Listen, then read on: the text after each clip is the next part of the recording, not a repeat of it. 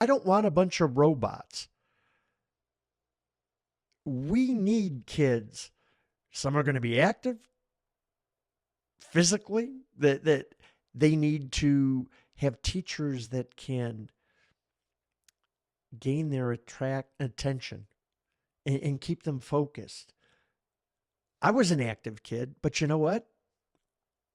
When my teachers talked, I listened. And if I got out of line, they'd bring me back in line. I didn't need Adderall. I didn't need a bunch of drugs, a bunch of excuses.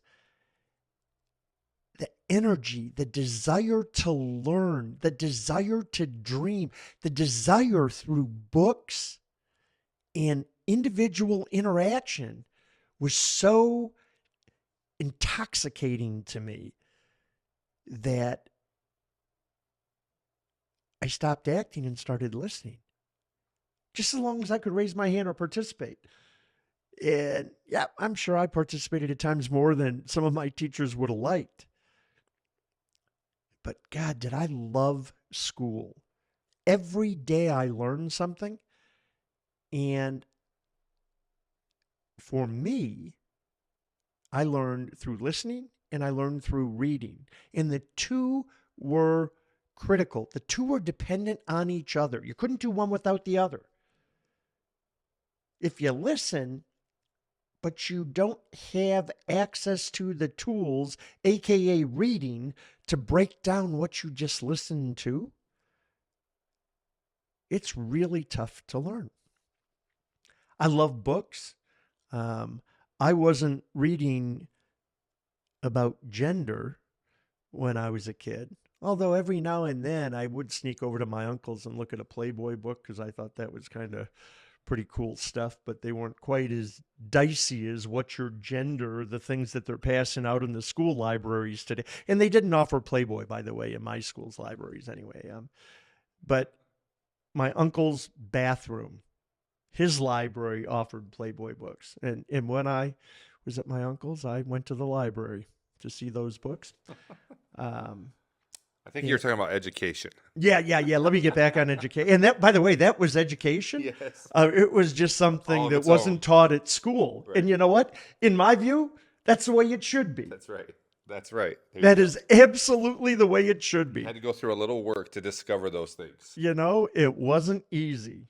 It wasn't easy. But I'll tell you, as a kid, I love the stories of swashbucklers. I love the stories of war heroes. Our civics and our history classes, in my view, was full of accomplishments for America. They made me proud. They made me proud of our country. I didn't look at them naively and say that America was perfect. George Washington wasn't perfect, but he was a hell of a leader, and America benefited. And yet he was tough, had to make really serious decisions. Uh, the Civil War wasn't perfect,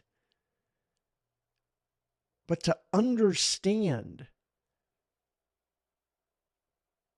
what went on, how the states exercised their rights as republics, and what the resolution ultimately was fascinating to me. It wasn't a step backwards, it was a step forward for America. When it came to World War II, God, I got to fly airplanes in every book that I read. I was enamored with the history of the war. And my teachers supported the fact that I could name all of the different fighter planes in the various European theaters. I could name the aces. I knew the names of battles because I thought it was so cool. And they were great Americans protecting our country. And I just wonder if kids today dream about that. I'm aging myself, but like for you folks out there, did you watch John Wayne in the Green Berets, God, he was fighting for what was right. He was saving people, even in a war that was politically unpopular, certainly by the end, and continues to impact our country today. The people who rebelled against our leadership in Vietnam are the people who are running America today.